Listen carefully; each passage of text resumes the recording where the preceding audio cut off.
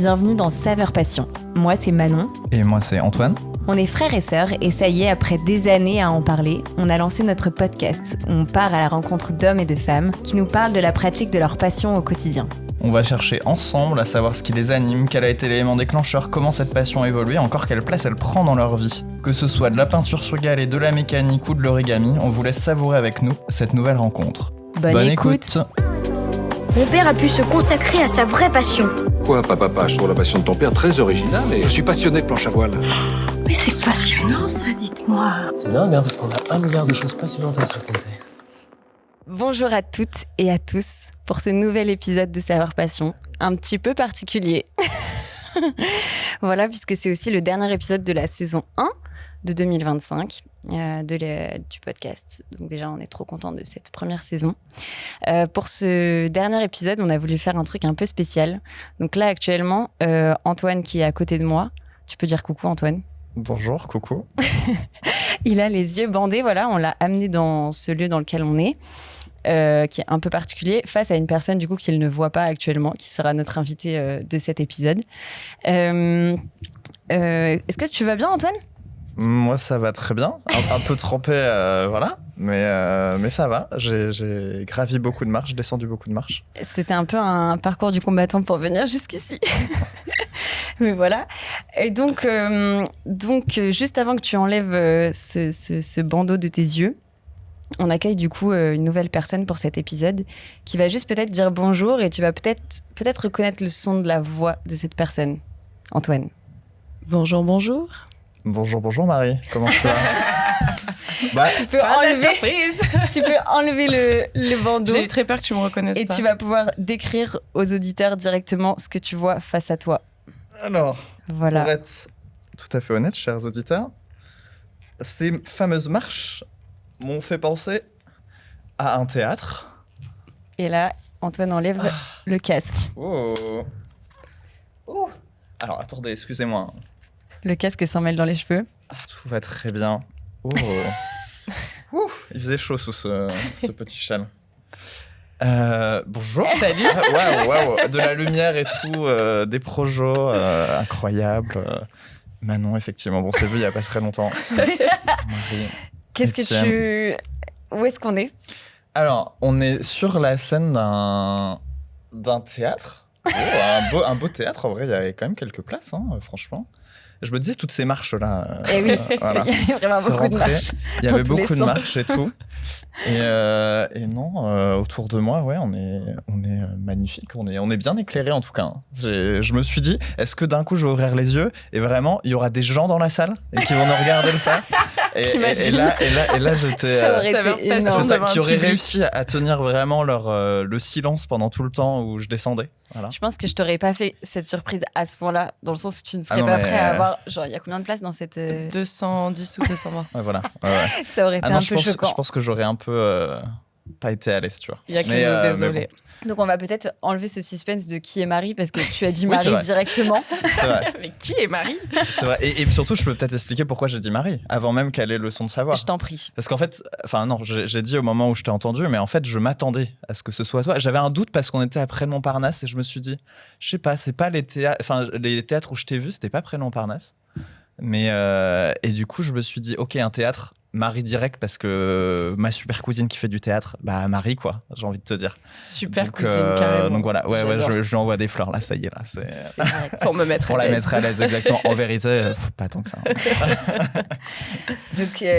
Donc, vous l'aurez compris, c'est donc la cousine de Antoine, mais qui n'est d'autre que ma cousine / un peu ma personne, un peu ma meilleure amie. Voilà. Et donc aujourd'hui, donc tu ne sais pas où on est donc dans un théâtre près de Montparnasse qui s'appelle Marie, je te laisse le présenter. Donc on est au théâtre du Grand Point Virgule. Oh.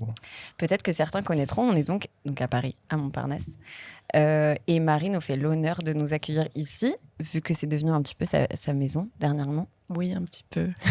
C'est Pourquoi ? devenu parce que j'ai co-écrit et co-mis en scène un spectacle, enfin une adaptation de La Belle et la Bête qui se joue au Grand Point Virgule, dans lequel je joue aussi tous les samedis dimanches et tous les jours pendant les vacances scolaires. Je fais la promo en même temps. Et c'est notamment super. aujourd'hui d'ailleurs. Ça va être vraiment Aujourd'hui même. juste après l'épisode du podcast. Donc merci au grand point virgule d'avoir dit oui pour nous accueillir juste ici. En cette matinée, je crois que c'est la première fois qu'on fait un épisode le matin. C'est ça, matinale. Peut-être d'ailleurs, on sera dans un mood différent, on va voir. Parce qu'on a Peut-être. souvent fait le soir. Peut-être. Donc, Donc on va parler de théâtre, mais pas que. Marie, elle a énormément de passion. Mais aujourd'hui, on va parler un petit peu, justement, tu en as parlé de La Belle et la Bête, de comédie musicale qui rassemble un peu tous les arts que tu aimes, si je ne me trompe pas. Absolument. Tu vas nous expliquer tout ça. Donc, la comédie musicale, quand est-ce que c'est arrivé un peu dans ta vie? Est-ce que c'est passé par, justement, donc la comédie musicale, on rappelle, donc c'est du théâtre, du chant, De la danse. De la danse. Et donc, par où est-ce que tout ça est arrivé? D'où ça vient Mm. Alors, j'ai l'impression que ça a un peu toujours été là. Ça vient, si on détricote, ça vient de ma maman qui m'a forcé, non pas du tout, mais qui m'a fait voir beaucoup de comédies musicales petites. Donc, je me revois le dimanche assise sur le lit de mes parents à regarder toutes les comédies musicales possibles et imaginables. Et qui m'a beaucoup emmenée voir de comédies musicales petites. Alors, elle, d'où ça vient, sa passion de la comédie musicale? Je lui poserai la question. Ce serait intéressant de le savoir. J'avoue. Puisque je viens pas du tout... Enfin, on a la même famille, mais on vient pas particulièrement d'une famille d'artistes. Mais par contre, l'art a toujours été là quand j'étais petite. Donc, on allait beaucoup au musée, on lisait beaucoup. Mon père adore écouter de la musique, ma mère faisait du dessin. Enfin, il y a toujours eu... C'est pas des artistes, mes parents, mais par contre... c'était obligatoire de faire un instrument de musique quand on était petit, quoi. Et merci à eux de m'avoir poussé à le faire. Donc, comédie musicale, ma maman, qui m'emmenait voir à Mogador, au Châtelet. Et mes réactions en disaient beaucoup déjà petite. et est-ce que tu as un souvenir de la première comédie musicale que tu as eue ou de celle la plus dont Je tu te crois- souviens Je crois pas que j'ai un souvenir de la première. J'ai un grand souvenir de West Side Story au Châtelet. C'est quelque chose. La mélodie du bonheur aussi. Quand ma maman va oui. écouter ce podcast, elle va comprendre pourquoi je dis ça. Mais c'était impressionnant. Et T'avais quel âge à peu près? j'avais, je sais pas, je devais avoir 8 ans, 10 ans. Mm. Ouais, je saurais pas dire quand est-ce que j'ai commencé à aller en voir. Par contre, j'en ai vu un paquet, ouais. Vraiment, Podane, Les Parapluies de Cherbourg, My Fair Lady, enfin, beaucoup. Donc ouais, je dirais que ça vient de ma maman.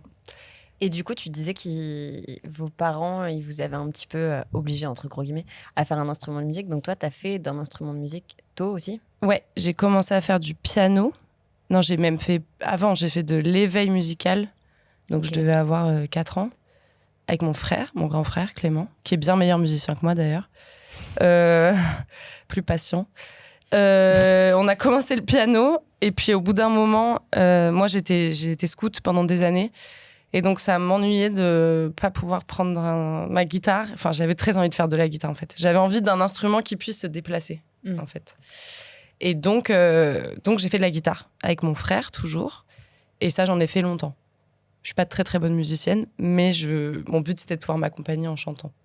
Oui, t'as poussé un peu la voix aussi Ouais. en faisant de la guitare. Assez vite. Bah, c'est la guitare qui a fait... C'est la guitare et les scouts qui ont fait que je me suis mise à chanter, en fait. Avant, quand tu faisais du piano, tu chantais pas? Non, mais j'étais petite, piano. Et puis, non, ce piano, ça a été moins un plaisir. Maintenant, j'ai envie de m'y remettre, Ok. parce que je comprends l'intérêt du piano. Mais je le voyais, c'était un peu punitif, quoi, le piano. Là où la guitare...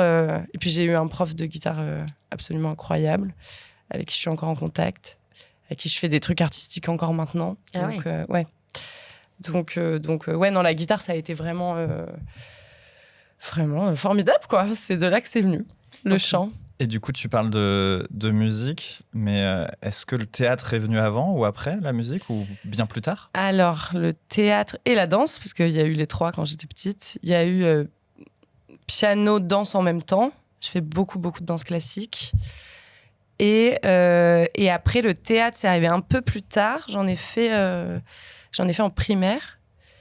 Et après, Yanis est entré dans ma vie. On va présenter Yanis maintenant parce qu'on reparlera de lui dans cet épisode. Yanis, qui est mon meilleur ami, mon frère de cœur, avec qui j'étais au collège, qui a coécrit et commis en scène La Belle et la Bête avec moi. Et donc Yanis, on s'est rencontrés en 6e et en 5e, il m'a dit moi je fais des cours de théâtre, tu veux pas venir avec moi? Je suis venue avec lui. Et maintenant on en est là aujourd'hui au grand point virgule quoi. Donc j'en ai fait tout de la 5e à maintenant. Et est-ce que tout de suite tu t'es dit je kiffe faire ce truc quoi. Le théâtre c'est...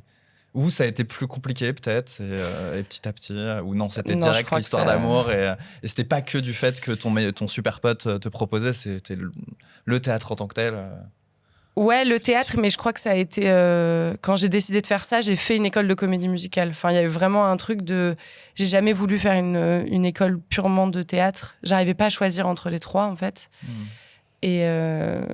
Et non, ça a toujours été là. J'ai bien embêté mes frères à faire des spectacles et mes cousines, plus de l'autre côté que de votre côté, mais j'ai beaucoup fait de spectacles l'été dans notre maison de campagne. Ouais, j'ai embêté mes frères. Donc je pense que quand mes parents ont appris que je voulais faire ça, il y avait un peu une épée de Damoclès au-dessus de leur tête, quoi. Ça allait tomber un jour. C'est arrivé. Je ne savais pas quand, quoi. Voilà, c'est ça. Et alors, quand est-ce que c'est arrivé? C'est arrivé il y a 5 ans. Donc j'ai fait des études de droit, j'ai fait 6 ans de droit, je faisais beaucoup de théâtre et tout à côté. Et le Covid est arrivé, la fin de mes études aussi.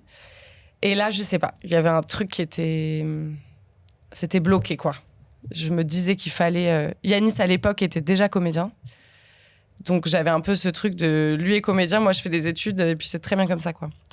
Et le Covid est arrivé. Et je suis allée me confiner avec Yanis et sa femme, qui est une de mes meilleures amies, Justine. Et là, mon stage se finissait, je sais pas, c'était le 2e confinement, donc on devait être en octobre. Et le stage se finissait, mon stage se terminait, enfin en janvier, j'avais plus rien, quoi. Et donc là, j'ai passé 3 semaines avec eux. Pendant 3 semaines, Justine m'a dit, Marie, il faut sortir du déni là. Il va falloir prendre une décision. Qu'est-ce que tu vas faire de ta vie en janvier? Parle-en avec Yanis. Non. Un soir, j'ai eu une discussion avec lui.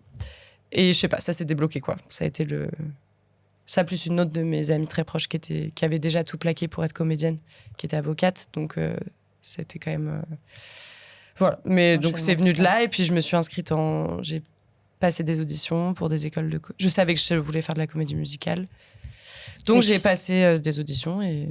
Pour aller dans des écoles. Ouais. Tu savais que tu voulais passer par la case école. Ouais. C'est trop important. Je pense que... Déjà, j'étais pas formée. Enfin, en fait, t'avais quand même des années de théâtre. J'avais des bases, mais pas de là à... Enfin, tout ce que j'ai appris en 3 ans d'école. Mais même au-delà de la technique, c'est aussi apprendre ce milieu, en fait. Puis rencontrer des gens et savoir comment ça fonctionne et affiner ce que j'ai vraiment envie de faire. Et donc, j'ai fait 3 ans d'école et c'était merveilleux. Je me souviens plus si tu as fait des castings que pour des écoles de comédie musicale ou tu avais aussi pour des écoles de théâtre. Non, que comédie directement musicale. Comédie musicale. Ouais, c'était clair dans ma tête. Que ça allait être la comédie musicale. Ouais. Et pourtant, maintenant, je fais pas que... Enfin, je fais aussi du théâtre, mais en tout cas... Et du coup, je reviens un peu en arrière, mais au moment où, à la suite de ces 3 semaines, tu prends ta décision, ça y est, let's go, on y va à fond. Tu le partages à tes proches. Ouais. Comment sont les réactions? Est-ce qu'il y a un peu de... Pas de la peur, mais forcément, on peut se dire... ma fille, ça fait 5 ans, elle a fait des études de droit, même si elle a ça au fond, d'un coup, elle change de tout au tout. Comment ça se passe? Alors, bizarrement, je n'ai aucun souvenir de quand je l'ai annoncé à mes parents. C'est très bizarre. Je crois que j'ai dû le dire... du coup, j'étais confinée pas à Paris, donc j'ai dû appeler ma mère pour lui dire écoute, je vais passer des... Faudrait que je lui demande, mais j'ai pas de souvenir. Mais donc, j'ai dû lui dire au téléphone je vais passer des auditions. Mais j'ai une chance infinie, et c'est pas le cas de tous les artistes pour le coup. J'ai une famille... je vais être émue en parlant de ça. J'ai une famille formidable et qui, pourtant, n'est pas du tout dans ce milieu. Mais alors oui, je pense qu'ils ont peur. Qu'ils ont eu peur. J'espère qu'ils ont... de l'appréhension. Ouais. Et puis, c'est pas stable. C'est pas stable comme métier. Mais non, je crois que... Enfin, pas je crois, je sais. Ils sont formidables, quoi. Ils sont à fond. Ils sont au taquet. Ils pleurent dès qu'ils viennent me voir sur scène. Mes frères, pareil. Ils ont été hyper encourageants. Et mes amis... Je l'ai un peu annoncé au compte-gouttes.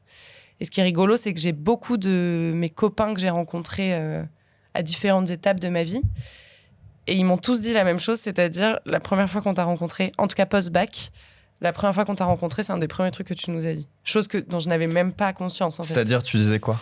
Et j'ai une de mes copines, Laure, qui se reconnaîtra, avec qui j'étais en master. Quand je lui annonce, elle me dit mais tu sais que tu m'as dit bonjour et tu m'as dit moi je suis là mais je sais pas ce que je... Donc je suis en master de droit hein, quand même. Je suis quand même à la fin de mes études. Ouais, je suis là mais je sais pas du tout ça que je veux faire. Moi je veux faire de la comédie musicale. Marie, aucun souvenir de cette discussion, évidemment. Mais donc voilà, non, j'ai eu que des réactions incroyables et je crois qu'on sous-estime la place que nos proches ont dans ce genre de décision. Et quand je leur dis, tout le monde me dit mais non, pas du tout, c'est toi qui as décidé toute seule.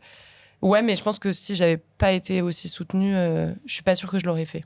Oui, puis de ce que tu dis, j'ai l'impression que tu sentais, bon, tu te souviens pas exactement quand tu leur dis, mais que tu étais dans les bonnes conditions pour qu'ils l'acceptent, enfin que... Oui, bien sûr. Voilà, quoi, que ça allait le faire, ouais. et donc que tu pouvais y aller, et de ce côté-là, ça allait être que du soutien. Oui, et même au-delà du soutien émotionnel qui a été immense, ça a été aussi un soutien financier, parce que mes parents m'ont offert mon école, je suis pas sûre que j'aurais pu me permettre de me la payer, j'habitais encore chez eux, donc... Ouais, ils m'ont soutenu émotionnellement et financièrement. Parce que j'imagine ce genre d'école, c'est pas forcément donné, quoi. Pas donné. Ouais. Non, c'est pas donné. Donc, tout ce qui est même école de théâtre en général, hein, pas que comédie musicale, hein, je pense. Ouais, non, c'est assez cher, les écoles artistiques. Ouais. Et alors, tu parlais du moment où tu as annoncé à Yanis, tu disais que tu avais un peu d'appréhension.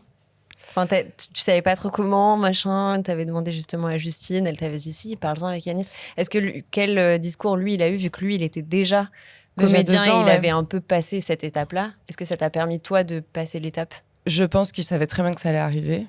Enfin, je parle à sa place là, ça se trouve pas du tout, mais non, il a réagi en me disant fonce quoi. Enfin, et puis très vite on a commencé à travailler ensemble en fait, donc ça a été.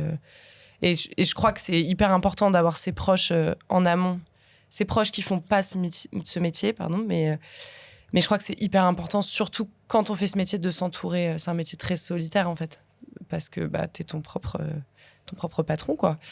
Et c'est hyper important de se créer des noyaux artistiques. Enfin, en tout cas, moi, c'est comme ça que je fais aussi de l'art pour être avec des gens, sinon ça n'a pas d'intérêt. Je le ferai pas toute seule.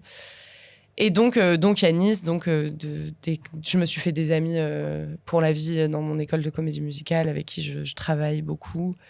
Donc être entouré. Mais Yanis, pour revenir à ta question, je me suis perdue. Mais non, il a très bien réagi. Il m'a dit fonce. Et il m'a même dit, il me le dit encore maintenant, il m'a dit tu verras, si tu te lances là-dedans, il n'y aura pas de retour en arrière. Et je lui disais non, je sais pas, peut-être que j'y reviendrai au droit un jour. Non. mais moi, pour parler de ce que je me souviens, que quand tu l'annonces, ou peut-être je le sais par Manon, ou que ça y est, parce que pareil, hein, moi j'étais pas surpris quand j'ai appris que tu allais faire de la comédie musicale.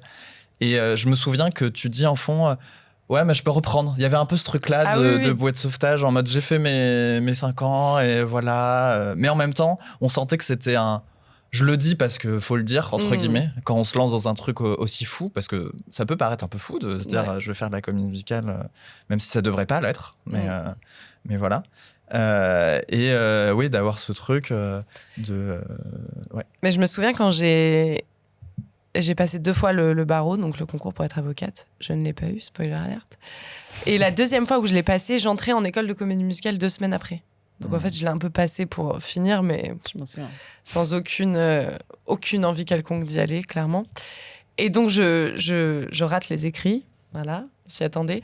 Et je me retrouve à boire un verre avec mes meilleures copines. Et Justine me dit, je me souviens très bien, donc la femme de Yanis, je chouine un peu, mais histoire de quoi? Déçue, forcément, t'as travaillé pendant des mois, c'est normal, mais... Et je me souviens qu'elle me dit, Marie, arrête de faire semblant, sèche tes larmes.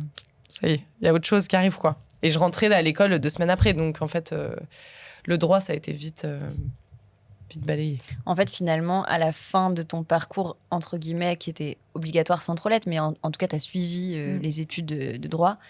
Je trouve à la fin des études, mais de manière assez générale, t'as un peu ce moment où ça y est, c'est à toi de décider vraiment vers où tu vas, parce que les stages, c'est des stages obligatoires, il faut que tu les fasses, alors tu trouves un truc. Et là, t'as un peu le truc de si vraiment j'ai envie, il faut que j'aille trouver un travail. faut que j'aille candidater à des trucs. Enfin, là, tout est entre tes mains. Et t'as vraiment dit non. Enfin, ouais, et puis je crois que les stages, ça a été un peu un déclic pour moi. En fait, j'étais en alternance dans un cabinet. Ça s'est bien passé pendant 1 an. Puis j'ai fait 6 mois de stage. Et en fait, j'étais trop malheureuse, quoi. Je me rendais compte que j'arrivais pas à bien bosser parce que j'avais pas envie d'être là. Et j'arrivais pas à me le... Et vu que je viens pas d'une famille d'artistes, enfin, je viens d'une famille plutôt d'intellectuels, de profs. Donc pour moi, j'avais un peu ce truc de j'ai pas le droit de faire ça, en fait. C'est dans cette famille-là, en tout cas, tu peux pas. Mais chose que je m'étais dit toute seule dans ma tête, parce que au vu de leur réaction. Mais je crois que ça a été un déclencheur, cette dernière année de fac de droit. Et alors l'école, comment ça s'est passé? Est-ce qu'en arrivant là, tu t'es pas dit... qu'est-ce que tu t'es dit, quoi, autour de... Tu connaissais personne, tu l'as dit, dans ce milieu-là? Non, je connaissais personne. Tu as vraiment commencé à passer ta journée à faire vraiment des cours de danse intenses et des cours de chant intenses. C'était incroyable. Tu as trouvé ta place? C'était la Star Academy pendant 3 ans. C'était incroyable, mais je me souviens qu'un des premiers trucs que je me suis dit, waouh, c'est incroyable. Je suis avec des gens. Je suis quelqu'un d'assez sensible, très sensible. Et je me suis dit, c'est fou parce que c'est la première fois de ma vie que je me retrouve entourée de gens qui n'ont pas peur de pleurer, qui peuvent se faire des câlins, qui... Enfin, quand on fait de l'art, on se fout à poil, quoi, tout le temps. Donc, alors, pour des gens, ce serait beaucoup trop. Et être toute la journée... On pleurait pas toute la journée, hein. Mais être toute la journée avec des gens qui jouent avec leurs émotions, ça peut être beaucoup trop. Moi, j'adore. Donc, j'ai eu vraiment ce truc de « Oh, waouh !» Des gens comme moi, entre guillemets. Et puis, le droit, en plus, c'est vraiment à 360. Enfin, vraiment, le droit, c'est... Ouais, t'es en maîtrise de ce que tu donnes à l'autre, quoi. Ouais, et puis, il faut avancer. C'est de la compète. Là, c'était pas du tout de la compète. J'ai été dans une toute petite école. Donc, dans ma promo, on était même pas 10. Et on était beaucoup avec la promo d'au-dessus. Et non, c'était merveilleux. Enfin, je me levais le matin... c'était lunaire pour moi, quoi. Je me levais le matin pour être dans ma télé de la Starac que je regardais quand j'étais petite, quoi. Pour danser, pour chanter, pour faire du théâtre. Enfin, quel bonheur.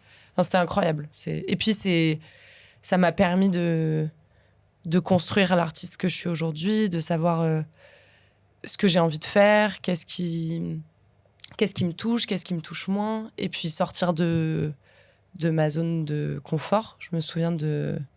Marlène Schaff, pour ceux qui la connaissent, qui est prof à la Starac, que j'ai eu en cours d'interprétation. Et je me souviens que j'arrive à un des premiers cours. Et moi, j'avais beaucoup tendance à chanter des chansons très dramatiques. Faire pleurer les gens, allons-y. Mais je pense, parce que j'avais très vite conscience que faire pleurer les gens, c'est plus facile que de les faire rire. Et c'est Marlène, la première, qui m'a dit « Mais Marie, t'as un potentiel comique, tu t'en rends même pas compte, en fait. » Et c'est un truc que j'avais décidé dans ma tête que j'étais pas drôle, que c'était pas pour moi, que moi, oui, je peux faire pleurer les gens, mais c'est tout, quoi. Et donc, c'est ce genre de rencontre avec des profs qui te font sortir des trucs. C'est thérapeutique, quoi. Vraiment. Et alors, donc, l'école, elle a duré combien de temps? L'école, elle a duré 2 ans de façon intensive. Et après 1 an de professionnalisation, donc là où on avait plus des trainings d'audition, en fait. J'avais des cours de chant, des cours de danse et des cours de théâtre, mais plus format se préparer à des auditions. Ce qui était génial comme idée, pour le coup. Parce que c'est un peu te préparer au monde professionnel des artistes, quoi. Complètement. Pour lesquels, j'imagine, t'es pas forcément... Enfin, tu découvres plein de choses, quoi. T'as une vision, toi, avant de rentrer dans l'école, qui doit être très différente de celle que t'as ressortie, où tu te dis « Ah ouais, c'est comme ça, en fait ». Bah, la sortie d'école est vraiment terrifiante, hein. Enfin, moi, j'avais l'impression d'être face à une falaise et de devoir sauter sans savoir si un parachute allait me rattraper, quoi. C'est terrifiant parce qu'il n'y a pas de... Si tu montes pas tes projets, ça tombera pas du ciel. Moi, c'est ça que j'ai appris dans l'école. Non pas que je croyais qu'on allait m'appeler, que j'allais être une star. Pas du tout. J'ai vraiment pas assez confiance en moi pour me dire ça, mais j'ai toujours rêvé de grosses prods, de grosses comédies musicales. J'en rêve toujours. Et peut-être que ça arrivera, et j'espère. Je touche ma tête. Mais surtout qu'on a... Enfin, moi, quand je pense à comédie musicale, tout de suite, je vois beaucoup d'acteurs sur scène. Enfin, je sais pas pourquoi. Oui. J'ai une vision, c'est grand. Bah, c'est grand, grand, c'est ça, quoi. Donc, Mais en fait, le spectre de la comédie musicale, c'est aussi les spectacles musicaux. Donc, par exemple, La Belle et la Bête, il y a des chansons, mais c'est pas ce qu'on pourrait appeler une comédie musicale, mais c'est un spectacle musical. Et je ne sais plus ce que je voulais dire. Oui, je t'ai coupé. Bah ouais, j'ai perdu le fil. Ah si, je sais. Je rêvais de grosses prods. Et en fait, je me suis rendu compte avec l'école que j'avais envie de bosser avec des gens que j'aime, surtout. Et d'où ma rencontre avec les filles. Je pense qu'on en parlera après, mais ma rencontre avec 5 amis vraiment de mon école. Donc 3 de la promo d'au-dessus et 2 de ma promo. Et là, j'ai compris que monter ces projets, c'est incroyable, quoi. Et donc là, j'ai commencé à monter des pièces avec les filles et du coup à bosser déjà pendant l'école. Et ça me terrifiait tellement la sortie d'école, je crois que je me suis dit ma grande, tu vas commencer à bosser maintenant parce que sinon la falaise, tu vas vraiment devoir sauter, quoi. Donc cette falaise a été, tu sors de ton cocon après l'école. Donc c'est d'où l'importance que je disais tout à l'heure d'être entouré de gens qui font la même chose, avec qui tu peux aller boire un café un mardi à 15h parce que tes autres amis en CDI ne travaillent pas, mais toi tu as un petit coup d'angoisse le mardi à 15h parce que tu ne travailles pas entre guillemets. Donc voilà, donc je me suis bien entourée et donc ça a été dur cette sortie d'école, mais ça s'est fait. Et alors comment concrètement on monte des projets comme ça avec 4 copines d'école? Comment parce que ce vide, il faut... Enfin, concrètement, pour expliquer un peu aux gens, comment tu montes un projet de... En fait, c'est parti, cette histoire, de moi, si je peux me permettre. C'est parti de... Permets-toi. On avait monté Sister Act à la fin de l'année. Donc, moi, j'étais en première année et les filles, les 3 autres filles étaient en deuxième année. Et en fait, à la fin de l'année, j'ai eu un goût de pas assez. Et je me suis dit, j'ai trop envie qu'on le rejoue en septembre. Donc, je suis allée voir mon directeur d'école et mon prof de théâtre et j'ai dit qu'est-ce que je fais ? J'ai envie de le remonter. Je sais pas par où je dois prendre quel bout. Et il m'a dit choisis une personne avec qui tu as envie de le faire. J'ai choisi Blandine, qui était en deuxième année, qui est une ancienne ingénieure, donc qui est organisée. J'avais besoin de gens organisés dans cette histoire. Et après, ils nous ont dit vous choisissez chacune une personne de votre promo. Et donc, moi, j'ai choisi Mathilde et Blandine a choisi Marie. Et donc, on a passé l'été à bosser dessus, à contacter des théâtres, faire des plannings de répétition. Clara est arrivée dans l'histoire en cours de route. Et donc, voilà. Et donc, arrivée en septembre, je me suis dit, mais en fait, ces meufs-là, j'ai trop envie de bosser avec elles, quoi. Enfin, ça a trop bien matché, on est sur la même longueur d'onde. Parce qu'il y a le côté artistique et le côté organisé. Je pense que c'est une force d'avoir une vie avant, entre guillemets, mais d'avoir fait du droit avant, ça m'a aidé à être... cadrice. Et donc voilà, et après ça a super bien marché Sister Act, on s'est dit maintenant on a envie de faire une pièce ensemble, donc on a demandé à Eléa de venir la 6e pour faire la mise en scène d'une pièce. Eléa que vous connaissiez de Eléa l'école qui était aussi. à l'école aussi et qui avait mis en scène un autre projet que j'avais monté avec une partie des filles. Ok. C'est compliqué, avec Clara et Mathilde entre autres, une pièce musicale qu'on jouait déjà l'année d'avant.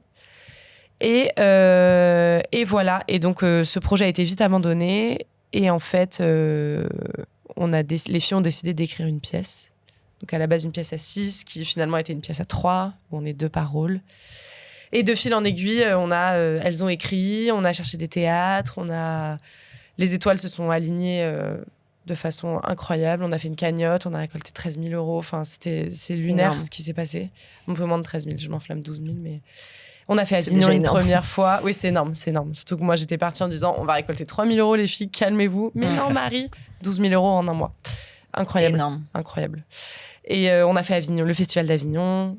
Ça, super, on a cartonné. On a trouvé un prod. On a refait le festival d'Avignon cet été. Et maintenant, on est en tournée dans toute la France. En Suisse même. En Belgique, à Bruxelles l'année prochaine. Et maintenant, on est en tournée et on vit de ce spectacle, quoi. Enfin, on vit de ce spectacle, entre autres. Et comment ça se passe concrètement Donc là, vous avez écrit un spectacle ensemble. Comme tu dis, vous appelez les théâtres pour le vendre. Vous dites quoi au théâtre, tu vois ? Imaginons que là t'es au téléphone, t'appelles pour jouer, au grand point virgule. Et tu demandes, j'ai ce spectacle à proposer. Est-ce que vous avez une place pour moi dans votre calendrier ? Alors comment déjà, ça se passe ? c'était des plus petits plus petit théâtre que le Grand Point. Mais en fait, ceci dit, on n'a pas appelé tant de théâtre que ça parce qu'on l'a monté en... C'est fou quand j'y pense. Les filles, la première lecture, c'était en novembre. On est parti à Avignon en juillet. Donc, première lecture, c'était pas du tout la version finale. On a répété en février. Notre prof de théâtre de l'époque nous a dit les filles, il faut que vous fassiez Avignon. Donc, je crois que ça nous a mis un coup de pied aux fesses. On s'est dit, tu sais quoi, ouais, viens, on le tente. Donc, notre objectif, c'était Avignon, en fait, au début. Okay. Et on s'est dit, on va faire comme une sortie de résidence. Enfin, on va présenter notre projet avant à nos amis, à nos familles, pour avoir des retours. Et pour le jouer une fois avant de débarquer à Avignon pendant 1 mois. Enfin, on l'a joué que 2 fois chacune avant de partir à Avignon. Hein. Ça n'a aucun sens. Et donc, on a fait 4 dates dans un théâtre qui s'appelle le Darius Milhaud, dans le 19e, dans lequel j'avais déjà joué. Donc, j'avais déjà un contact. Et donc, on a loué la salle. Enfin, c'était pas de la location, mais bon, bref. Pour 4 dates. Et après, très vite... Non, et après, on est allé à Avignon. À Avignon, il y a un directeur de théâtre qui est venu nous voir, qui a un petit théâtre incroyable qui s'appelle la Comédie des Trois Bandes dans le 11e. Et en fait, en septembre, il nous a appelés en nous disant j'ai un trou dans ma programmation. Est-ce que ça vous dirait de reprendre le créneau ? Et donc, en 3 semaines, on s'est retrouvés à jouer 1 fois par semaine pendant 3 mois, 2 ou 3 mois, à la Comédie des Trois Bandes. Puis, on a signé avec un producteur. Donc là, on a joué au Mélo d'Amélie vers Châtelet. Mais là, on était produite. Donc voilà, et maintenant, tournée. Et donc, avant, pour que les gens comprennent un peu, avant d'être produite, comment est-ce que concrètement, vous avez des cachets, qui vous paye toutes les 6 au tout début du projet, pour avoir un peu le... On ne s'est pas beaucoup payé. Voilà. C'était la réponse que j'attendais. Voilà. On travaille beaucoup bénévolement dans ce métier. Non, on ne s'est pas payé pour toutes nos répétitions. Donc, pendant l'année les filles se sont pas payées pour écrire. Avant Avignon, quoi. Avant Avignon. On s'est pas payé les dates à Paris. Avignon, on s'est payé... Donc, pour ceux qui ne savent pas, quand on est intermittent, on a ce qu'on appelle des cachets. Donc, à chaque fois qu'on joue, en règle générale, bon, c'est pas souvent le cas parce que le théâtre n'a pas beaucoup d'argent, mais en principe, dès qu'on joue, on a un cachet. Donc, un cachet, ça correspond à 12 heures et il faut faire 507 heures à la fin de l'année pour être intermittent et avoir une aide de Pôle emploi de France Travail. Et donc, à Avignon, on a joué, donc on était en double équipe, mais donc on a joué 10 ou 12 fois chacune et on s'est fait 2 cachets chacune. Donc, vraiment rien. Enfin, on s'est payé 200 € le mois, quoi. Vraiment. Mais la compagnie, avec la cagnotte, a payé les billets de train, le logement, une partie de la bouffe, le théâtre. Donc, en fait, on a décidé tout ensemble, on a fait un point à la fin d'Avignon en se disant, on a récolté tant d'argent, qu'est-ce qu'on en fait ? Est-ce qu'on se fait 10 cachets chacune ? On n'avait pas assez pour 10 cachets chacune. On aurait pu s'en faire 5, je pense. Ou est-ce qu'on se garde des sous dans la compagnie ? Et on a décidé toutes de garder les sous dans la compagnie. Donc l'association. D'ailleurs, tu parles de cette compagnie. C'est quoi le nom de votre compagnie ? Alors, ça s'appelle La Compagnie qui existe. Manon est présidente de la compagnie, d'ailleurs. J'ai oublié de le dire, mais c'est elle la présidente. C'est moi. C'est elle qui signe tous les papiers. Et qui nous permet, du coup, de nous payer et autres. Mais voilà, je ne sais plus quelle était la question. C'était juste, je te posais juste cette question. Oui. La compagnie qui existe, allez nous suivre sur Instagram. C'est donc l'association que vous avez montée quand vous avez justement écrit cette première pièce. Cette première pièce. Il fallait avoir une structure après qui... pour pouvoir se payer les compagnies. Tout à fait. Peut-être qu'on va faire une petite pause. Je vous ai préparé un petit quiz. Alors, donc, je voulais absolument, bien sûr, faire un quiz sur la comédie musicale, mais qui est donc la très grande passion de Marie, qui est aussi une de mes passions, on va pas se mentir, hein, j'ai envie de me faire kiffer aussi. Mais je me suis dit, ça va être vraiment hyper simple de juste mettre des chansons de comédie musicale. Marie va cramer direct. Comment va faire Antoine face à ça ? Et attends, tu sous-estimes ma mais culture de comédie musicale. Je peux me taire aussi, hein. C'est pas un souci. Hein. Non, c'est pas l'idée de l'épisode. Ok, pardon, je parle. Et du coup, je me suis dit, est-ce qu'on relierait pas en fait les 2 kiffs au final de à la fois Marie et à la fois Antoine, et on va faire un blind test de comédie musicale historique. C'est-à-dire que à partir des années 2000, il y a eu pas mal de comédies musicales qui ont été créées liées à des personnalités historiques ou à des périodes historiques. Donc voilà, votre quiz, c'est de trouver la comédie musicale, mais qui a souvent le nom d'une personnalité historique ou d'une période historique. Voilà. Et donc mon kiff, c'est l'histoire, c'est ça ? Est-ce que oui ? D'accord. Non ? Ouf. Moi, ça me va très bien. Ma maman est prof d'histoire, c'est parfait. Non, mais j'aime bien. Ce que je veux dire, c'est que alors ça va être à la fois dans les paroles, mais aussi dans la musique, dans l'instrumental, que vous allez pouvoir deviner de quelle période et de quel personnage historique on parle. Ok. Voilà. Du coup, je suis prêt. Est-ce que vous êtes ready ? Yes. Bien sûr. Attends, et du coup, comment on fait le premier ? Alors, oui, pardon, justement, j'allais y venir. Vu que le dernier épisode, vraiment, on a eu des fous rires hilarants sur ton idée de créer des buzzers. Je crois Avec que sa c'était, bouche. C'était peut-être David, notre ancien C'était invité, David qui avait eu l'idée. qui avait eu l'idée. Je ne sais plus. Non, je crois que c'était toi. Ah, ok. Mais donc, pour te dire, Marie, le dernier épisode, il fallait que ceux qui participaient au quiz, du coup, trouvent un buzzer, un son Ok. pour buzzer. Exemple, Antoine, quel est ton buzzer aujourd'hui? Mon buzzer, poète. Voilà. Ok. Quel est ton buzzer, Marie? Boing. Super. C'est très précis. Voilà. Donc il faut faire C'est le l'inspiration. Il faut, buzzer et faire, il après, faut faire le buzzer pour pouvoir répondre. Double difficulté. Ok. J'aime pas perdre. Attends, et J'adore. tu veux le C'est nom, vraiment- le nom de la comédie musicale, du coup? Je veux le nom de la comédie musicale qui souvent a le nom de la personnalité ou de la période historique. Ouais, ok. Voilà. Est-ce que c'est bon pour vous? Est-ce que Etienne, notre DJ today, Mais je suis déjà en train de me dire que je vois très bien les comédies musicales et il y en a où je connais pas bien les chansons. Si, Donc si, tu vas totalement. peut-être On va commencer très simple. gagner. Ok. On va commencer assez simple. DJ Etienne, tu peux lancer le son. Boing. Mozart, Marie. l'opéra rock. Évidemment. Là, sa symphonie. C'était la T'étais rapide. symphonie. C'était peut-être le seul que j'aurais eu. Mince. C'était vraiment. Il y a eu 3 notes de piano, c'était fini. Mozart. J'ai dit que je pouvais me direct. taire, hein, mais Non. on m'a dit non. Donc Mozart l'opéra rock, voilà, créé en 2011. Deuxième son.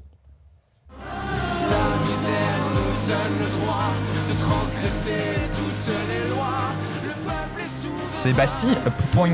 Oui. Bastille, 1789. Oui, C'est ça bien joué. 1789, Les Amants de la Bastille. Les Amants de la Bastille. ouais. Bien Tout à joué. fait. Et c'est la chanson La rue nous appartient, que les gens ne connaissent pas forcément, mais il y avait, bref, des paroles qui faisaient Très dire bien. que c'était 1789. Bravo Antoine.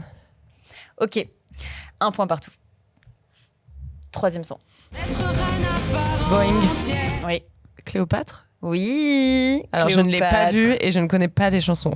Il faut Après- le savoir. Être reine. Être c'est reine bon. avant Cléopâtre. l'heure. Ouais, je Je me sais pas suis- ce que c'est le je nom vous ai aidé. exact. C'est quoi Cléopâtre C'est quelque Cléopâtre, la dernière reine d'Égypte. chose Ok. Pareil, 2010. On est vraiment, par contre, sur une comédie musicale, une année. Donc Mozart, c'est vraiment en 2011. 1789, Les Amants de la Bastille, 2012. Cléopâtre, 2010. Vraiment, il y a eu Ouais. tellement de comédies musicales Oui. dans cette période, c'est dingue. Donc c'était une chanson qui s'appelait L'accord. Voilà. Ok, très bien. Quatrième son.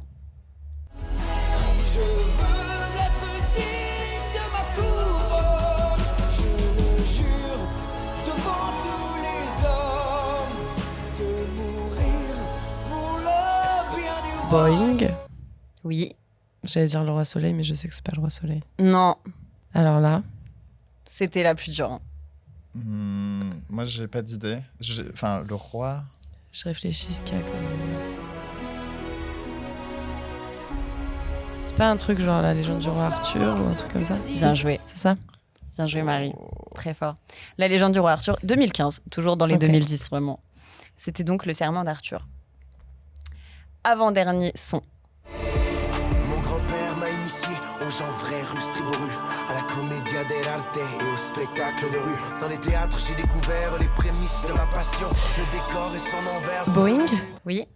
C'est pas la haine? Non. mon obsession. Mais mon père a tout réglé, non il ne me laissera pas le choix. Du roi, je serai tapissier, ah, quel honneur pour un bourgeois. Et moi je ne veux pas de ce brillant avenir, je veux avoir le choix de ce que je vais devenir. Non, vous savez pas? Non. C'est assez récent. C'est en 2023 qu'elle a été créée. Ah, je sais. Ok. C'est Molière. Oui. C'est Waouh. Molière. C'était Molière, dur, là, le dans les paroles, spectacle de trouver musical. Molière. Ouais. Ouais, c'était un peu l'histoire. La chanson s'appelle Je m'appelle Jean-Baptiste. C'est Ah, vraiment ok, sur ok. l'histoire de. On aurait pu deviner là. Mais je vous ai pas mis bien sûr la partie là, Ah, voilà. un peu Alors, trop sinon, simple. on aurait sauté sur le buzzer. Quoi. Bah Donc, oui. Et nous avons donc le dernier qui a un peu un petit cadeau pour Marie. Voilà. Le roi soleil. C'était ça, c'est sûr. Bah oui, il est pas passé. Je pense que c'est un des Après plus. la chanson est. Est-ce que Boing. t'as le nom de la chanson? Ça marche. Non, même pas. Non. Puisque l'important n'est qu'un détail. Mais c'est Christophe Maé, c'est le plus important. Voilà, c'est ça le plus important. Ça s'appelle Vice Versailles. Vice Versailles. Vice Ah ouais. Versailles. Il le Dur- dit à un dur moment. à donc deviner, ça, ouais. ça aurait pu Versailles, le roi soleil, voilà. Ouais. Ça aurait pu Ah, ouais. t'aider un petit peu. Voilà, c'était mon petit quiz. Formidable, Vous avez c'était bien trop aimé. chouette. Merci pour vos petits buzzers. Le poing, j'ai bien aimé. Bien sûr. C'était On a original. plus entendu que le poète. C'est normal. Après, franchement, J'étais elle sans a une mots. telle connaissance. Ah Enfin, non, mais bien sûr, bien sûr. elle l'a dit dès le début, elle a vu je sais pas combien de comédies Et musicales. encore, tu m'aurais mis les plus anciennes. C'était Et tu l'as vu, celle de 2023, du coup enfin, Molière Oui. Non, je l'ai pas vue. Ok. Ça a l'air pas mal. Bref, voilà. Très bien, maintenant. Voilà. Et bien, justement, pour parler un peu des projets actuels que tu fais, est-ce que tu peux nous dire... Donc, tu es en tournée partout en France, tu l'as dit. Je suis en tournée avec Sortez-moi de là. Sur Sortez-moi de Ouais. là, le projet du coup que tu as fait avec les filles. Oui. Et entre-temps, tu as pu développer d'autres projets. Oui. Alors, à côté, je suis dans un spectacle musical aussi avec les filles. Le spectacle dont je parlais tout à l'heure, qui a commencé à tourner quand j'étais à l'école, qui s'appelle le cours de généalogie. Donc ça, on a des petites dates ponctuelles. On joue dans les salons de généalogie de France. Voilà. J'ai La Belle et la Bête, évidemment. Je t'arrête juste 2 secondes. Tu dis, vous jouez dans les salons Ouais. de généalogie Dans C'est- les archives, souvent, départementales. Et ça s'appelle des salons de généalogie Ouais, ou c'est vous figure-toi qu'il y a une 50aine de salons de généalogie en France par an. C'est-à-dire que tous les week-ends ou toutes les semaines, dingue. il y a au moins un salon quelque part de généalogie. C'est formidable. Ok. Je pense qu'il y a des vrais passionnés de généalogie, on pourrait totalement les inviter sur Savoir Passion. Bien sûr. Voilà, Belle et la Bête. Et donc Belle et la Bête, c'est c'était mon un gros peu projet de rentrée. Oui, c'est un peu un nouveau challenge que tu t'étais lancé, enfin Oui. dans le sens où tu n'es pas juste comédienne, Oui, j'ai écrit et j'ai mis en scène. Bon, on est 2. Je suis pas toute seule. avec Avec Yanis. évidemment. Il est de retour. Et justement, sur tous ces aspects, puisque tu as à la fois le jeu, la mise en scène, l'écriture, est-ce qu'il y a des choses que tu préfères? T'aimes bien le tout ou vraiment le truc c'est jouer qui est central? Et après, les choses viennent autour parce qu'il faut, comme tu disais, monter tes propres projets et que ça te plaît aussi, hein, mais que c'est pas la première chose qui te fait kiffer. Disons que j'ai toujours rêvé d'écrire et de mettre en scène. Je me suis jamais autorisée à le faire. Donc, je m'autorisais beaucoup plus à jouer. Pourquoi tu t'autorisais pas à le faire? On va entrer dans les questions deep, Antoine. Mais moi, non, tu sais que c'est ce qui Je m'intéresse. sais. Parce que légitimité, parce que qui suis-je pour écrire, parce que ça va être nul avant même de le faire. Essaye, ma grande, et puis on verra plus tard. Tout à fait. Parce que regarde des autres, parce que le rôle de metteur en scène, c'est aussi celui de leader du projet. Donc, il faut quand même être à sa place et je pense qu'un bon metteur en scène doit accepter qu'il est metteur en scène, en fait, tout simplement. Et Oui, parce que tout le monde réfère à lui, quoi. C'est toi qui étais le chef d'orchestre du truc, C'est quoi. ça, exactement. Et en même temps, avec le projet Sortez-moi de là, en voyant les filles mettre en scène, je me suis dit, je crois que j'ai envie. Puis j'ai commencé à donner des idées de mise en scène qui n'ont pas forcément été gardées, mais on a toutes les 6 mis un peu notre patte et je me suis dit, je crois que j'ai envie. Et après, Belle et la Bête, c'est grâce à Amel, qu'on n'a pas remercié au début du podcast. J'ai pas donné mais son nom, tout à fait, ouais. qui est la directrice du Grand Point Virgule et notre bonne étoile avec Yanis depuis quelques mois. Et c'est elle qui nous a proposé d'écrire quelque chose. Et donc, on a écrit La Belle et la Bête. Donc, fallait nous voir. Le premier jour, on a écrit tous les deux. Donc pas les en malins. l'occurrence, sur ce projet-là, c'est en amont, c'est pas une commande, mais vous saviez que vous pouviez proposer un spectacle à Amel, du coup, et que vous auriez possiblement dans son calendrier En fait, on savait qu'il y la avait place pour jouer au Grand Point Virgule. Ouais, on savait qu'il y avait un créneau de libre dans la salle où nous sommes, à 15h l'année prochaine, enfin donc cette année. Et donc, on a sauté sur l'occasion pour lui proposer quelque chose. Après, elle aurait pu totalement nous dire non. Donc, on a fait des lectures devant elle et d'autres prods. Et elle nous a dit oui. Elle a dit oui. Et du coup, voilà, donc on a monté ce projet. Mais donc, c'est un gros... C'est pas du tout le même rôle, quoi. Non. Et puis, c'est pas quelque chose que t'apprends... t'apprends au fur et à mesure des expériences. Mais je veux dire, à l'école de comédie musicale, t'apprends à jouer, à chanter, à faire ton taf de comédienne, entre guillemets. Ça, c'est un autre travail, quoi. Tu montes quand même un peu des petites scénettes, des choses pour les évaluations et tout, au théâtre, enfin à l'école, donc un peu.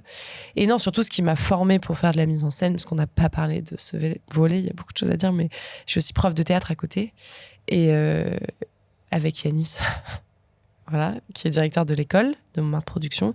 Et du coup, on a fait beaucoup de mise en scène pour des spectacles amateurs, des adultes et aussi des enfants. Et donc ça forme en fait. Le fait de s'entraîner à vouloir faire des spectacles extrêmement qualitatifs pour des amateurs, entre guillemets, ça forme pour après. Et donc voilà. Et donc Belle et la Bête, mais c'est rigolo de passer de l'autre côté. Sans passer vraiment, parce que je joue aussi dedans. Donc j'ai pas réussi à me dire je suis que metteuse en scène et autrice. Hein. Ça d'ailleurs, ça doit pas forcément être évident d'avoir ces différents rôles en même temps, parce que du coup, vis-à-vis des autres comédiens avec qui tu joues, bah, t'as un rôle un peu spécial. T'es pas qu'une comédienne, oui. T'es aussi la metteuse en scène. Complètement. Donc est-ce que dans ces cas-là, vu qu'en l'occurrence, vous avez écrit à deux avec Yanis, ouais. mais lui fait la mise en scène aussi avec toi ? Il a fait la mise en scène, mais lui, il joue pas pour l'instant. Il va jouer à partir de janvier. Donc, il est beaucoup venu sur mes premières, parce que j'avais aussi besoin d'avoir des retours en tant que comédienne. Et après, je me force Oui, c'est ça, parce que toi, t'as pas forcément une vision... c'est pas objectif, c'est pas forcément le bon mot, mais de savoir comment tu joues, si c'est juste ou pas. Et d'ailleurs, je me suis rendu compte, donc Cyrine, qui est une merveilleuse comédienne qui joue en alternance avec moi, sur le rôle de Belle, qui s'appelle Mel chez nous. Je me suis rendu compte que je l'ai dirigée pendant les répètes, et quand j'ai dû aller sur le plateau, Yanis m'a dit, mais Marie, tu fais tout ce que t'as dit à Cyrine de ne pas faire. Tellement j'avais pas conscience, enfin, c'est vraiment pas la même chose, quoi. Et par contre, quand je suis sur le plateau, quand je joue, je me force à ne pas être en metteuse en scène. T'arrives à compartimenter, à te un petit peu. À te sortir, ouais. J'ai un peu du mal. Mais en fait, sinon, si tu réfléchis à toutes les notes que tu vas faire aux autres, bah en fait, ça, t'es pas dedans, quoi. Donc si, quand je sors de scène et que j'ai repéré des choses, mais c'est plus... ça va pas être des trucs précis, mais ça va être le rythme, ce genre de choses. Ça, je leur en parle en sortant. Mais j'essaye de pas... Enfin, d'être comédienne quand je suis sur scène, quoi. Sinon... Et alors moi, j'ai une question un peu pratico-pratique. Du coup, dans tous les projets dont tu nous parles, à quoi ça ressemble un emploi du temps de Marie Rioux ? Oui, parce qu'en plus, il y en a d'autres que j'ai pas dit. Entre les cours, les projets, les répètes, les répètes qui sont pas forcément d'ailleurs avec un cachet. Enfin, je veux dire, ta vie est devenue finalement... un Tetris. Oui, un Tetris, mais professionnel. Enfin, c'est devenu... Tout ça est devenu petit à petit ton métier. Au départ, où tu disais, c'était un peu... on testait des trucs, on n'était pas payé, c'était comme ça. Sûr. Et maintenant, c'est devenu... Non, là, j'en vis totalement. Mais eh ben, mon emploi du temps, j'ai peu de jours de repos pour l'instant, mais c'est des périodes, c'est des phases. Là, depuis septembre jusqu'à décembre, c'est intense. Mon emploi du temps, bah, c'est quand même... Il y a mes cours dans la semaine. J'en donne quand même pas mal cette année. Donc ça me séquence ma semaine, quoi. Je sais que je vais avoir ces cours-là. Et le reste, alors, ça n'a aucun sens. Là, je viens de passer une semaine... Oui, parce que je suis dans une autre pièce, un nouveau projet qui s'appelle La Guerre des Hachoirs, qui est une super comédie sur la guerre entre les bouchers et les poissonniers. Ça n'a pas de sens. Mais ça va jouer à la Folie Théâtre. À la comédie que te conseillait Marlène de Exactement. faire. Et tu en fais maintenant, au final, beaucoup. Ouais. Oui, j'en fais pas mal, ouais. Donc, super pièce. Et donc là, par exemple, j'ai passé une semaine en résidence où tous les jours, je répétais toute la journée. Mais sinon, mes journées, ça va être... Là, le mois de novembre, j'ai, je crois, 9 dates de tournée avec les filles. Donc, je vais passer le mois dans mes valises. Donc, toutes les semaines, quasiment, j'ai une date de tournée. Voire plusieurs dans la semaine. Voilà, sinon j'ai des répétitions, Et le fait d'avoir plusieurs pièces en même temps, pas trop compliqué de pas mélanger les textes, c'est une question très bateau, mais comment ça se passe, pareil, toute cette technique de mémorisation Je mélange pas mes textes. Une fois qu'ils sont dans mon... On dit, en tant que comédien, on dit mettre les choses dans notre corps, quoi. Une fois que c'est dans mon corps, c'est bon, ça y est. Oui, puis en plus, ça veut dire aussi un peu que les gestes sont mémorisés, quoi. Ça va avec le texte, c'est dans le corps, c'est t'appuies sur on, ok, on joue la pièce, c'est bon, mais ça vraiment, part, quoi. C'est assez dingue. Et c'est assez ouf de voir à quel point ça fait travailler la mémoire et à quel point, au fur et à mesure... Bah là, je l'ai vu, j'ai fait quasiment 2 semaines de résidence. Le premier jour et hier, quand on a fait le dernier filage, alors qu'en plus, c'est un spectacle où il y a beaucoup de changements de décor, beaucoup de changements de costumes. Donc là, c'est vraiment... un truc à mettre dans son corps. Enfin, faut que ça devienne mécanique, quoi. Bah, j'ai vu la différence. À la fin, je me pose encore la question, mais beaucoup moins. Et à force de jouer, c'est aussi ça, à force d'être sur scène et de répéter le même spectacle, ça y est, c'est automatique, quoi. Et dans tout ça, justement, entre la Marie qui voulait absolument faire de la comédie musicale, qui s'est fait kiffer à l'école, et maintenant la réalité du métier, des plannings dans tous les sens, de jouer peut-être tous les jours, où il y a des jours où t'as t'es déprimé, t'as pas envie de jouer. Enfin, la réalité de ça devient vraiment ton métier et t'as des obligations derrière, etc. Comment est-ce que tu le vis ? Et ben, j'ai compris que c'était vraiment un métier, parce qu'évidemment, ça met du temps à comprendre que c'est un métier et que toi, tu te réveilles le matin en te disant c'est incroyable, je vais passer. J'ai pas l'impression. J'ai eu pendant une longue période, je comprenais pas pourquoi on me payait pour faire ça. J'arrivais pas à comprendre parce qu'en fait, pour moi, c'est tellement. Mais c'est tous les métiers de passion et c'est incroyable. Enfin, c'est génial. Mais et le jour où je suis allée jouer et où j'avais pas envie, j'étais trop contente et je me suis dit ah ça y est. Ouais, ce matin, j'ai pas envie d'aller au taf, quoi. J'ai pas envie. Donc ça arrive. Ça arrive. Et ouais, il y a des fois où vraiment on n'a pas envie. Et puis en plus, c'est un métier avec notre corps et nos émotions. Donc en fait, évidemment qu'il y a des jours où on est malade ou alors on n'est pas bien dans notre tête. Et donc on peut pas se cacher derrière un ordinateur, quoi. Show must go on. Et quand on a des petits coups durs dans la vie comme ça arrive, bah, c'est pas toujours facile de mettre notre plus beau sourire et en même temps ça fait du bien. Mais on joue avec nos émotions, quoi. Et ça t'arrive maintenant à très bien le gérer. Oui, de mieux en mieux, en tout cas. On apprend. Oui. Moi, je me demandais, du coup, tu parlais beaucoup de différents profs qui ont été très importants pour toi tout le long, avec un fil conducteur quand même. Dans le fond, tu dis jamais que c'est un prof ou quoi que ce soit, mais j'ai l'impression qu'il est essentiel, c'est Yanis. Et qui t'a aidé. Et que lui, surtout, quand toi, tu t'es lancé, il était déjà dedans, bien stable, on va dire. Enfin, ça faisait longtemps qu'il était dedans, donc tu pouvais t'appuyer sur lui, etc. Et est-ce qu'aujourd'hui, pour toi, c'est naturel de développer des projets avec lui, de continuer à aller vers là, ou tu veux aller vers d'autres choses ? Quelles sont tes idées de projets vers l'avenir ? Est-ce que tu as un projet fou vers lequel tu veux aller ou pas ? Des projets fous, j'en ai plein. Mais déjà, La Belle et la Bête, c'était un projet fou.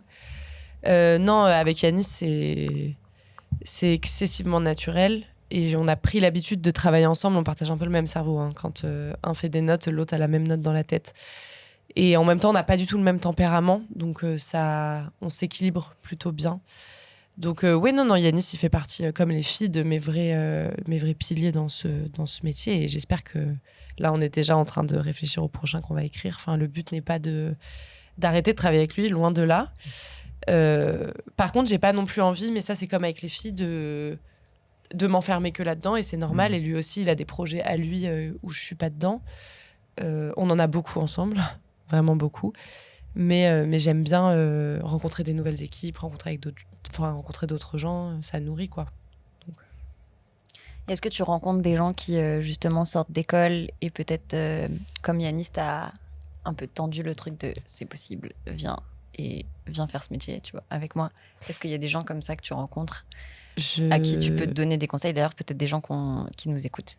Je donne des conseils, non. J'ai plutôt l'impression d'avoir encore besoin d'avoir des conseils plutôt qu'en donner, mais ça, c'est plus le volet prof, pour le coup.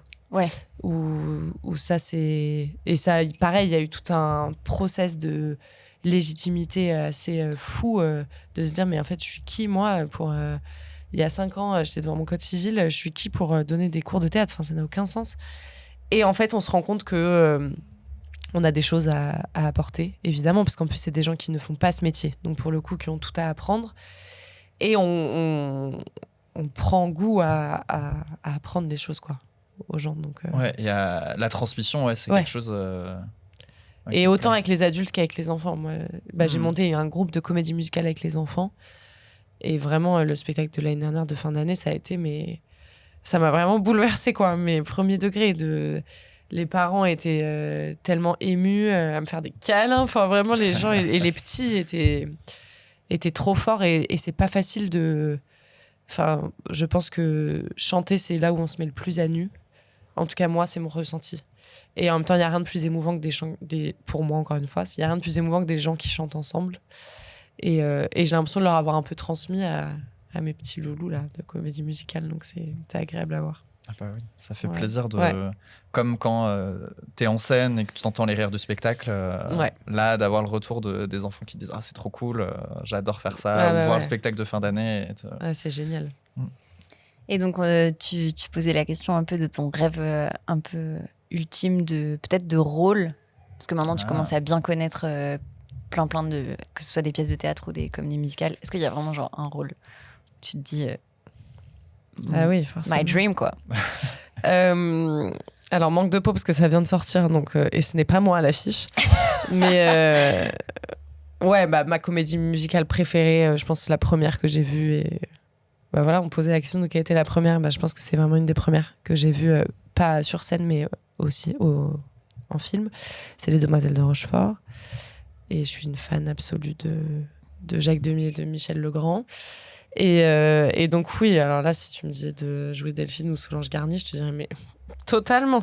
Mais bon, là, ça va jouer au Lido. Il paraît que c'est super, donc il faut que j'y aille. Mais ouais, ça, c'est un rôle. Je sais pas si c'est un signe, mais c'est marrant. Hier, on était avec Antoine au cinéma et il y a eu la pub sur sur ce spectacle. Et j'ai vu qu'elle passait jusqu'au 11 janvier 2026, qui est la date Mon de ton anniversaire. Bah, j'ai jusqu'au 11 janvier pour qu'il m'appelle pour que je sois dedans. Mais... Allez, on y croit. On passe un message. Il ne nous écoute pas du tout. Sait-on jamais. Sait-on jamais. Mais j'ai aussi, pardon, en termes de rêve, j'ai aussi envie de...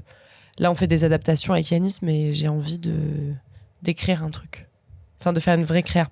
C'est dingue. Ça, j'ai envie, mais je suis pas... C'est ta question mais d'après. Non, mais ça me fait rire parce que vraiment, il y a... Enfin, je me souviens quand les filles, elles écrivaient « Sortez-moi de là » et que je te disais « Mais c'est fou, elles sont en train d'écrire une pièce, quoi. C'est dingue. » Et ayant suivi le truc, étant la présidente... Oui. Et bah, tu me disais « Mais moi, jamais je pourrais faire ça. Enfin, vraiment, je n'arrive pas à faire ça. » Et genre vraiment, c'était il n'y a pas si longtemps, c'était il y a un an. Les choses bougent et les choses bougent. C'est dingue. Et c'est Dans marrant. le bon sens. Dans le bon sens. Et là, on buvait un verre avec les filles et le chéri de Déléa, une des comédiennes de Sortez-moi de là. Et en fait, il nous écoute parler et on avait des considérations autres qu'il y a 2 ans totalement. On parlait de mise en scène, de machin. Et puis, il dit, les filles, je vous arrête juste 2 secondes. C'est incroyable à quel point vos conversations ont changé. Il nous connaît depuis 3 ans, du coup. Et il dit, c'est hallucinant en 3 ans à quel point vous avez gagné confiance en vous, vous en vivez. Enfin, les choses vont vite en travaillant, je crois. Ce métier m'a aussi appris qu'il fallait beaucoup travailler. Et en développant peut-être aussi, j'ai l'impression que c'est revenu plusieurs fois, ton réseau et les gens avec qui tu travailles. Hyper et important. te fies à des gens. T'inspirer d'autres personnes. Ah ouais. Ouais, complètement. Et il y a des gens aujourd'hui, parce que maintenant que tu es dans le milieu et que tu es dans et là que tu vas un peu plus vers la mise en scène, l'écriture, des gens qui t'inspirent, où tu te dis, genre, là, ça a été un... Ça peut être d'ailleurs pas forcément du théâtre, hein, des œuvres de manière générale, hein, musique, cinéma, théâtre et tout, où tu te dis j'ai envie de faire ce type de choses, refaire ressentir ce type d'émotion chez les gens. Ouais, complètement. Ouais. Déjà, il y a des profs dans mon école qui sont dans ce milieu qui m'ont marqué plus que d'autres, Normal, Énergie, et qui m'ont inspiré vraiment. Et après, moi, je suis une grande fan de chansons françaises. Donc, tout ce qui est chanteur à texte, moi, c'est ça. Enfin, à texte, on s'entend, mais de type Ben Mazué, par exemple. Tout ce genre de choses, c'est le genre de choses qui me touche, quoi. J'aime pas... j'aime pas. Je me suis rendu compte que j'écoutais de la musique surtout pour les paroles, en fait. Pour la mélodie aussi, évidemment. Mais en tout cas, le truc qui me touche le plus et le premier truc qui va faire que cette chanson va atterrir dans mes coups de cœur Deezer ou pas, c'est vraiment le texte. Et t'essayes dans tes pièces vu que tu dis que le texte est important... De bien écrire. De bien écrire. Non, oui, j'en doute pas. Mais parce que du coup, tu fais surtout des comédies récemment. De faire passer des messages ou pas du tout sur certains sujets, ou de mettre en avant des sujets qui sont importants pour toi. Ouais, complètement. Ouais. Après, je révolutionne pas le monde, hein, clairement, mais j'aime bien les œuvres qui font passer des messages sans être forceur, quoi. La vie, quoi. Ouais, c'est indirect, quoi. Et là, pardon, vous me le direz cet après-midi après avoir vu La Belle et la Bête, mais on a eu beaucoup de retours sur ça, sur La Belle et la Bête, en disant c'est bien parce que c'est féministe. C'est quand même totalement pas du tout féministe, La Belle et la Bête. Hein. Enfin, on parle quand même d'une séquestration par un homme. Mais oui, tu veux dire le conte de base n'est pas... Ah bah oui. Ouais. Et là, on a essayé de faire une Belle un peu plus badass, quoi. Warrior. Ouais, c'est elle qui défonce Gaston à la fin. C'est pas la bête qui la sauve, non. Spoiler. Ouais, je vous ai spoilé, désolé. Il s'appelle pas Gaston en plus, faut venir voir comment il s'appelle. Voilà. Non, on a voulu une princesse, une princesse d'aujourd'hui, quoi, qui se laisse pas marcher sur les pieds. Et on a aussi voulu déconstruire l'idée que elle tombe amoureuse de lui parce qu'il est intelligent. En fait, oui, il est intelligent, mais en fait, c'est pas ça qui. En fait, pourquoi il tombe amoureux ? Autre spoiler. C'est vraiment qu'ils se marrent tous les deux, en fait, et qu'ils sont archi complices et qu'ils ont des passions en commun. On n'avait pas envie de placer la bête et donc l'homme au-dessus d'elle, en fait. Elle n'est pas émerveillée par lui, juste ils sont pareils, donc ça match, quoi. Donc voilà, donc oui, j'aime bien. Et des trucs plus discrets, Sortez-moi de là, c'est totalement. Ça parle de sororité, ça parle de femmes, ça parle de relations entre sœurs, ça parle de relations entre amis, ça parle de couple, mais sans trop parler. Des hommes, enfin c'est vraiment un spectacle qui parle de femmes et il y en a pas assez, je trouve. Je trouve qu'on parle pas assez de l'amitié entre femmes, par exemple, ça existe très peu en fait, alors que c'est tellement oui, puis souvent, puissant. en tout cas dans notre jeunesse entre guillemets, et même et avant bien sûr, mais les femmes étaient représentées beaucoup dans les séries, dans les films, mais même au théâtre. Comme en compétition les unes avec les Bien autres sûr. plutôt que Et associé à un homme souvent. Ouais. Et est-ce que, du coup, tu vois, toi, beaucoup de comédies musicales, beaucoup de pièces de théâtre, encore maintenant, même encore plus maintenant. Ou t'as pas le temps parce que tu travailles trop. Non, je vois ces petites stories Insta, elle y va quand même souvent. J'essaye, ouais. Mais est-ce que tu prends autant de plaisir qu'avant quand tu y allais, quand tu étais en droit et que tu y allais pour le kiff, ou là tu deviens vraiment genre limite, tu sors ton carnet et tu notes des idées de mise en scène? Alors, pas à ce point-là.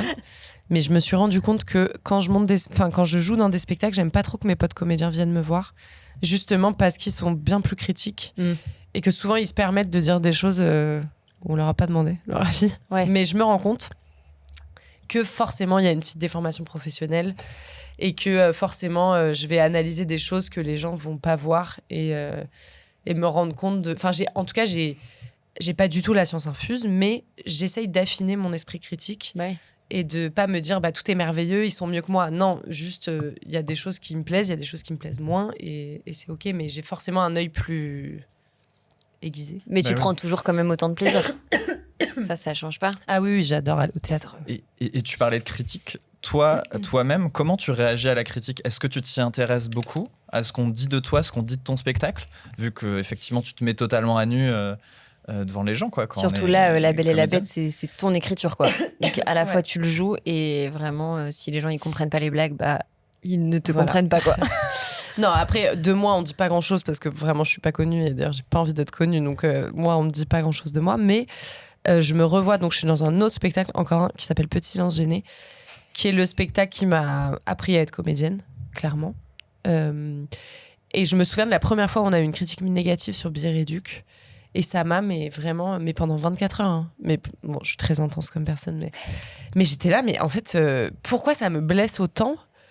Et j'ai appris avec le temps à me dire... Alors que c'est quelqu'un que tu connais pas, auquel t'attaches pas... Et qu'il a le droit de pas aimer, en fait. Et heureusement qu'il y a des gens qui aiment pas. Enfin, en fait, sinon, on serait chier dans la vie si tout le monde aimait tout. Enfin, heureusement que ça plaît pas.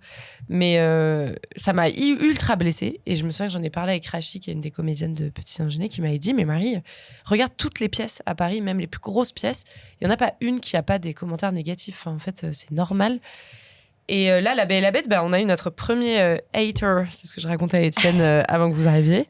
Okay. La semaine dernière, on a eu notre premier commentaire négatif qui en plus attaquait la mise en scène. Donc, et là, je me suis rendu compte que j'avais travaillé sur moi parce que ça m'a pas du tout... Ok. Ça m'a un peu piqué. C'est plus agréable de lire des jolis mots, mais ça m'a pas du tout... Ça m'a pas empêché de dormir, quoi. En fait, je pense après, ça dépend quel genre de commentaire, si c'est plus ou moins constructif ou si c'est vraiment genre nul. Point. Oui, voilà. Là, c'était pas très constructif. Voilà. Donc, et puis moi, j'ai tellement de mal je suis tellement pas comme ça. C'est vraiment très rare que déjà j'écrive des commentaires pour les pièces, ce qui est pas très bien. Mais je le fais pour mes copains et je le fais pour les pièces qui m'ont vraiment bouleversée. Donc il faut quand même, faut vraiment avoir aimé pour moi pour aller prendre ton téléphone et aller écrire quelque chose. Ça prend du temps. Enfin, ça prend du temps, c'est pas non plus. Mais quand même, faut faire la démarche de le faire.